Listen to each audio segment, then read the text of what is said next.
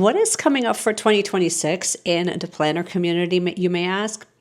Well, ask no more. I'm going to be giving you my top 5 predictions of what I think is actually coming, what is something that is worth at least thinking about, and you can kind of see how that applies to your planner life and your journaling practices and see how you can actually apply them. And we can, at the end of the year, next year, we can look back and see if I was actually right or not. So if that sounds good, why don't we get started? Today, I'm going to be giving you guys my top 5 predictions of what I think is actually coming, and it's relevant and it's culturally appropriate within the planner community for 2026. That way, you're not actually attaching to trends, but you're looking at the shift that is already happening. I'm just kind of the one that's calling it out. So the very first thing I think is actually out is basically big and bulky systems. I think that we have made it to a point where there is this trend where we're kind of shifting more towards minimalism because our lives are so overloaded with stimuli and with stuff in general. So I think that anything big and heavy and bulky, we're realizing that we have a harder time kind of carrying most of those things with us, and it literally just becomes heavy weight.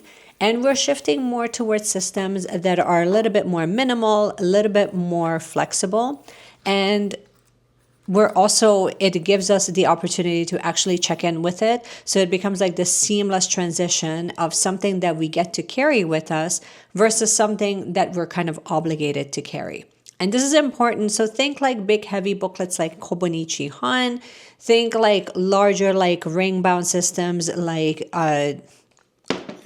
Erin Condren, or think really heavily overloaded like ring-bound systems with like 1 million pages in there in an A5 size that half the time, if we're not curating it properly, it's actually going to have information that is lost.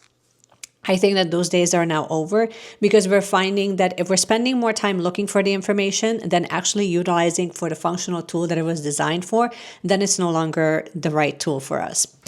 Number two is going to be curated over volume. So this speaks to my first point, curated over volume. I think that we are going to be shifting towards really honing in on what are the systems that are working for us, what is something that is actually valuable, and we're going to start looking at planners and journals alike, almost like something that is sacred that we get to pass down because they're capturing our life in real time as it's unfolding versus just blank paper that we're using to scrap whatever we can on there. I think that we're going to start treating the things that we have with a little bit more integrity rather than just looking at it like the next thing that we get to consume. And I think a lot of us are getting to that point actually, but I think that that's going to become a lot more mainstream than what it is right now. So think higher end like leather covers, higher end more investment pieces that really are sacred to us and something that we get to use year over year. I think that the sense of like overconsumerism, I think it's coming to an end. Slowly, but I think it is coming to an end. And I think that it's going to be replacing it with intentional spending. And going into 2026, we're actually going to be spending more time talking about this because I think it deserves its own conversation. Number three is going to be integration of AI, which I think you guys have already known that that's going to be coming. Integration of AI, but not the way that you might think. You might think, or a normal person might think, well, why don't you just use AI so that you can automate everything? What's the point of a planner? Here's what I think. I think AI is going to be part of our lives, whether we kind of like it or not. It's already here. And I think that it's going to be more of a collaboration than it is a choice that we have to make of one over the other. I still believe that the most human thing that we can do is to return back to the original sacred practices that ground the body. And I think that those will become a lot more evident. So think mindfulness practices, think nervous system regulation. So think mindfulness practices, but actually practiced. Think calligraphy and think like handwriting classes. I don't think that those are going away, nor should they. Are you enjoying today's video? Are you? Hopefully you are. Well, if you are, make sure that you subscribe to the channel if you haven't had a chance to just yet. I would absolutely love to have you here in the community. And if you love videos like this, when we go a little bit more in prediction mode and outlining and predicting what's actually going to be trendy in the next year, make sure that you also check me out on Patreon, because we do deep dives and behind the scenes footage and all the things. So check it out. The link will be in the description. All right, let's get back into the video. I also think that we're not going to be looking at productivity the same way, because I don't think that we have this addiction. I think that we glamorize productivity, but I think that we have this idea that we really would like to be productive, and anything that can be automated, we will automate it through AI, along with any digital tools, and we're going to allow that to be as a reminder anchor.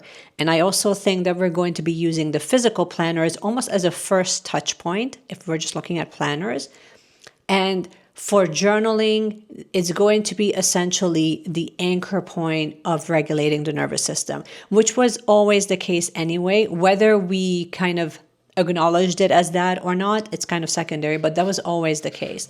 I also think that some people will have a hard time figuring out if they should choose AI or not, or if we should lean into productivity or we should lean into regulation. The bottom line is, I think culturally we're so overloaded with information and we're so overstimulated that no matter what, wherever you have the opportunity to create an environment where you can kind of ground the body and actually slow down so you can process your own thoughts, we will be able to manage that environment a lot easier than just constantly think, how can I automate everything? Does that make sense? So here's what I think with AI. I think that the purpose of AI needs to be really clearly defined within each of our days, within each of our lives.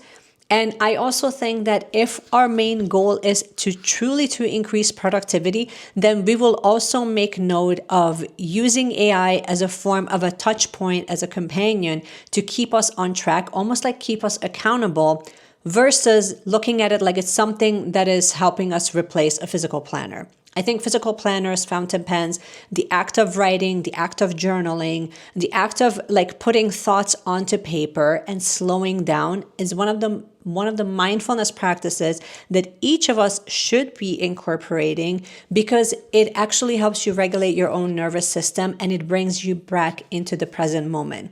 Whether we name it or not, it doesn't really matter. But bottom line is, that's how it helps you. So I think that the brilliance will still come from us. We still need to keep a lot of these human practices because they're so simple and so sacred. And I think that anything and everything that is creating like friction and like a speed bump, it can be outsourced to AI. But no, I don't think that planning and planners are going to be outsourced to AI directly. Number four is decor that we're going to be using in, or like any type of decoration that we're using within our planners. I think it's going to be a little bit more personalized versus very generic. So I think that you guys have known this for a while, the generic like sticker sheet sets and like the themed like sticker sets and like the dot stickers and, you know, like the monthly kits. I don't think that they're going away, but I do believe that they're going to shift in how we end up using them. So I think that the function will shift. I think that we're like slowly starting to move away from decoration that becomes very generic. And I think we have this craving of actually making the things that we're using very personalized. So think not just scrapbooking, but think actual memory capturing within our journals. Think like printing more personalized pictures, and then we kind of treat it more like a family heirloom versus treating it like it's just an extra planner with some pages in there. Does that make sense? Because we're like capturing real life in real time. And I also think that the different, especially when it comes to journaling, I think that the different journals will play like a different role, because then it's almost like if I'm looking at like proof of life, I would want to see my own evolution of where I started versus how I was thinking in like 2 years ago in like 2022, 2023 versus where I'm at today. So I think that it becomes more like a blueprint of our own evolution versus, again, just something that we feel obligated to do because it's decorative. So that's kind of what I mean by it's going to be a lot more personalized. Whether all you do is just write your thoughts, or if you add the decoration, then the decoration is going to be a lot more personal. And that brings me to number 5.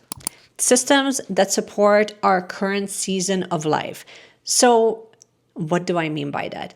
I think that up to this point, the majority of, like, I think that if you didn't know, I was already kind of hinting at the fact that I think most of us are kind of over consumption. But there's another layer to that. I think that most of us are also becoming a lot more aware of how to actually curate systems versus just buying different planners and hoping that that will work.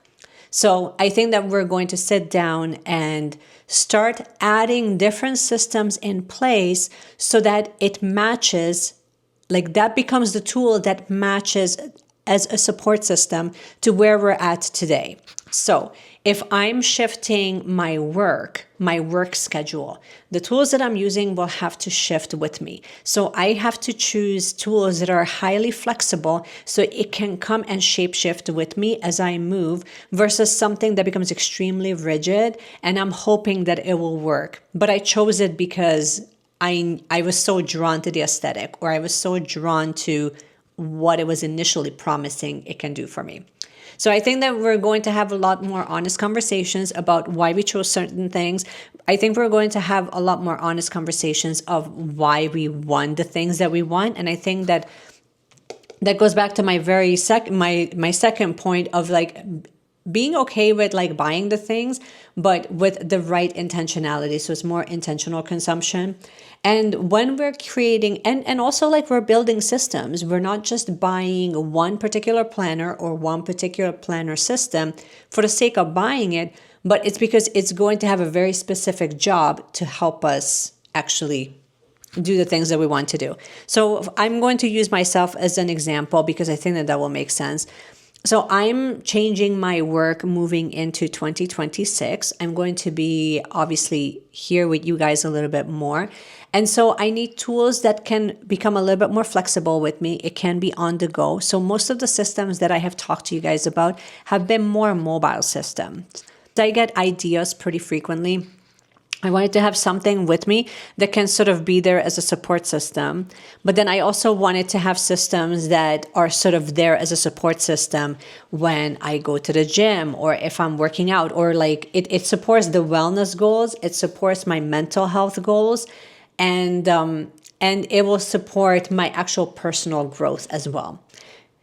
And as a side note of that, not that we're adding an extra point, but just a side note on that, with both personalization and the integration of AI, I also think that we're going to be using planners slightly differently, because I think that we're going to step a little bit away from having a bunch of trackers and a bunch of like reminders and things like that. I think that we're going to be a lot more conscious of how to actually manage our mental health. Again, just coming back to those practices that are really helping people ground versus something that just keeping us productive. We're not meant to be in productivity 24/7. I think that we're going to start creating curating the environment that fully supports our nervous system. So I think that things like sleep tracking, habit tracking, drinking your water, all of those things, they put you in highly focused parasympathetic response because you're focused on the thing that you're doing. And that is kind of like the opposite of what I would expect a planner to do for me. I want the planner system, at least for me, I want the planner system to hold that space and allow me to like continuously in a nice fluid way start regulating my nervous system by reducing the tension and offloading what I have in my mind. So I think that things like habit tracking, I think will be automated out to AI. I think that, like you're drinking water, you're taking your vitamins, you're sleeping 8 hours a day, you're working out, all of those things I think will be digitalized because it's a lot easier to track it through your watch and through your sleep habits and things like that. I don't think that that's really the point of your planner. You can track it, but I think that it's going to become a lot harder or a lot more mentally straining. So I think it's going to be a lot more mentally straining for you to continue to keep track of things that should actually be automated. And then the practices that help us ground and remain in flow state and allow us to stay creative and kind of vibrant and grounded are going to very much stay. So no, I don't think that the planners will go away, but I think that it's just our relationship with it will just get a little bit more precise. So when it comes to systems, I think that we're going to finally allow all of these beautiful systems that we're building, whether we're building a 3-journal setup, one for your mental health, one for your emotional processing, one for your personal growth, whatever it is, I think that all of them are going to be like these beautiful tools of actual, like, it's almost like you're writing your actual like history in the making, right? That's how I feel about it. That's how I think about it. And I think that once we kind of shift in perspective of how we relate to these tools, I think that our relationship will change with it as well. So now that I've told you all of my 5 predictions, 5-ish, I know I lied, I'm sorry. I would love to know, here's your question of the day. Let me know in the comments, out of the 5 predictions, which one hit closest to home. I would love to know. And I will pick the best one, the one that got voted the most, and we're going to highlight that in the community post. So stay tuned for that.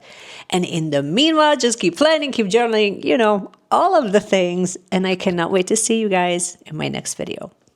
Bye.